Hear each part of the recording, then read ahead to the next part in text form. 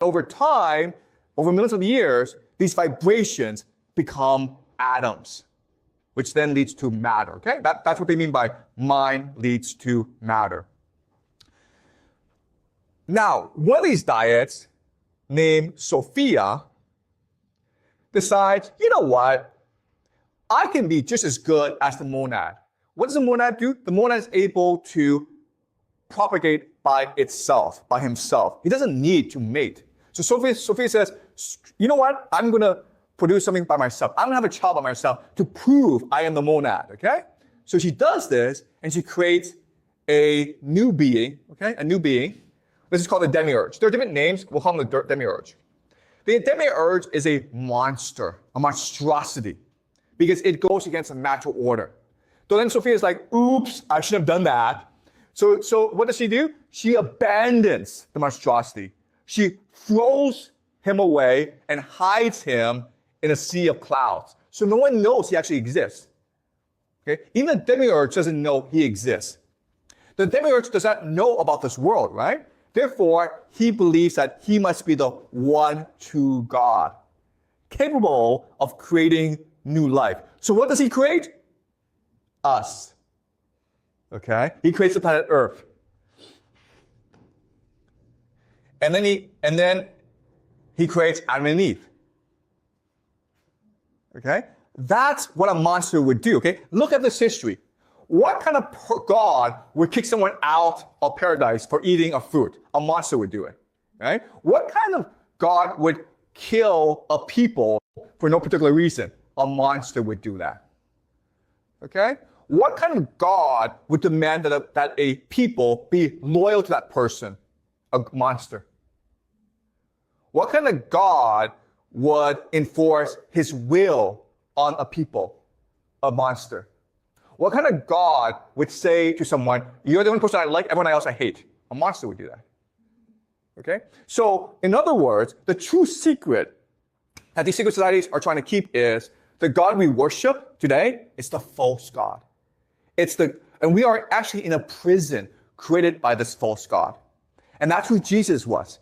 Jesus was a cosmic being sent by the monad to tell us the truth about the world. And that's why he died. Because the Roman Empire could not allow people to see the truth. If I told you the truth, you would know it right away. You would wake up. Therefore, the truth tellers must be killed. Okay? So that's what these secret societies believe. They believe that the monad exists, and the mind of the monad is what creates the universe.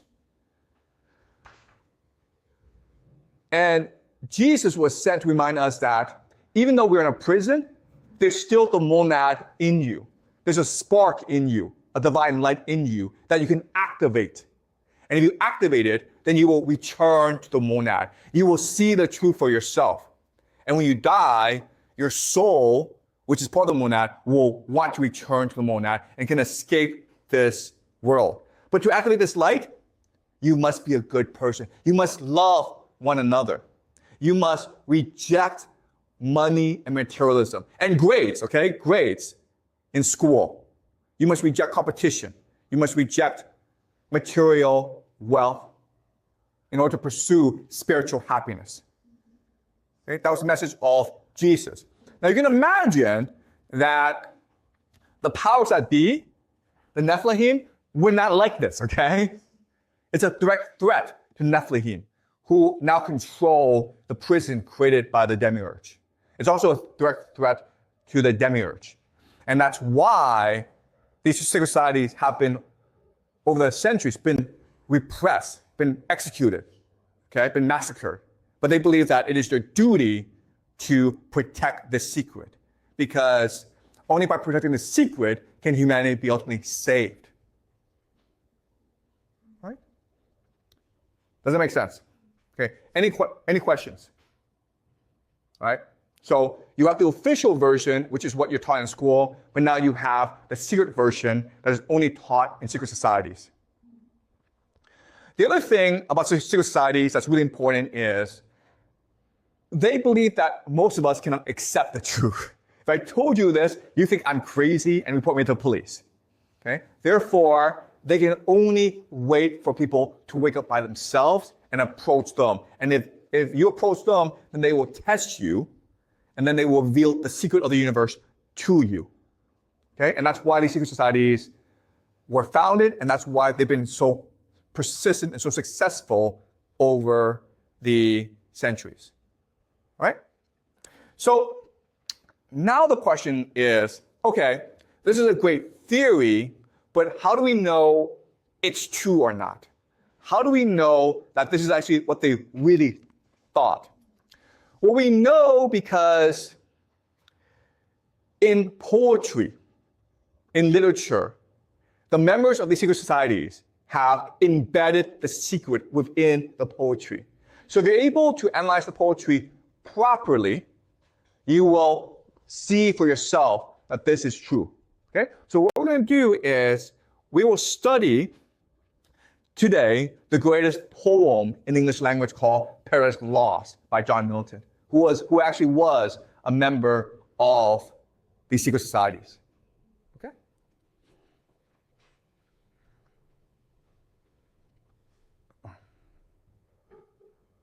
Any questions before I continue?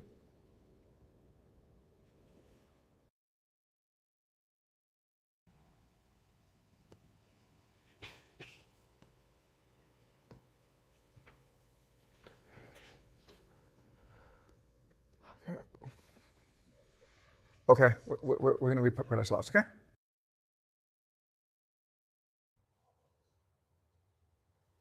Are we clear? Any questions? Yeah, there's a question here. If all of these are from the false god, do we have a true god? Do we? Or it's just a thing? Okay, yeah. So in this system, the monad is a true god. Okay? And the question then is, why doesn't the monad interfere? Why doesn't the monad stop the demiurge from imprisoning us and making our lives hell? And there are two explanations for why this is happening.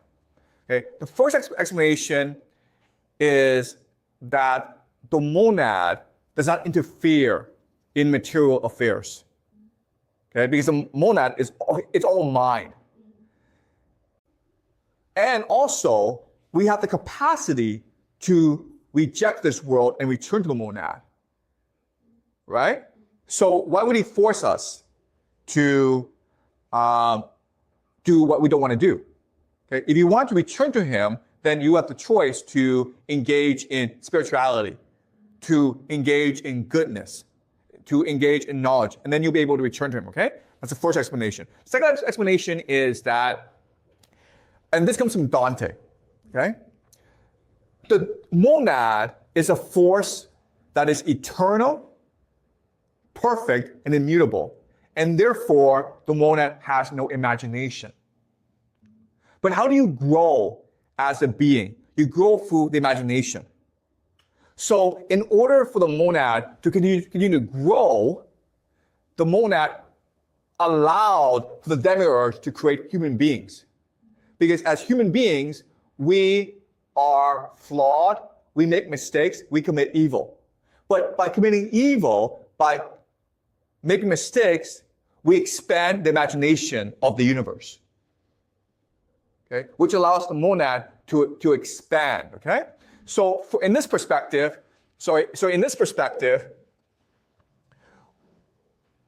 what is happening is that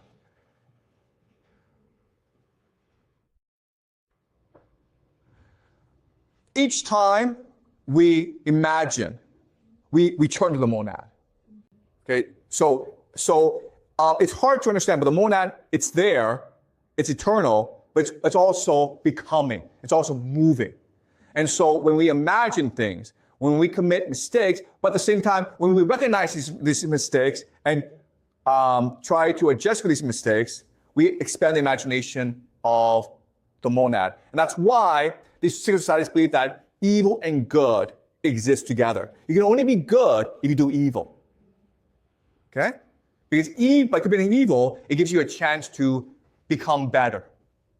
Okay? Does that make sense? All right. All right, so we're doing Paradise Lost. All right. This is the national epic of the British Empire. If you are a member of the British Empire, which rules the world today, the Anglo-American Empire, it rules the world today. If you are an elite member of the British Empire, you memorize this poem, okay? And it becomes part of your soul, basically. And it's beautiful, okay? So this was written by a man named John Milton. And John Milton, he was a rebel. He was a free thinker. He questioned the world. He fought for himself. And he was a passionate advocate of free speech. He was a man who wrote Paradise Lost. And he wrote it when he was blind. He could not see. Therefore, he had to speak it out, and his secretaries had to write it down for him. And as you can see, well, if a blind man is able to recite poetry, you must think he is a prophet. He's a messenger of God. What he is revealing to you is divine truth. Okay? All right? So, John Milton, and his most famous work is called Paradise Lost. And Paradise Lost is the foundational text of many secret societies. They read this, they discuss this, they worship this text. And within this text lies the secrets of the universe. Okay? But only, okay, this is really hard, but only if you understand the secrets yourself can you see the secrets embedded in Paradise Lost. Okay? All right, so what we're going to do is we will read 2 speeches by Satan. The plot of Paradise Lost is really, really simple. It's trying to reimagine the fall of man. Remember, Adam and Eve are in the Garden of Eden. Then they eat that fruit and God banishes them. Okay? So Milton is trying to tell the story again. And he imagines a serpent who tricks Eve into eating the fruit as Satan himself.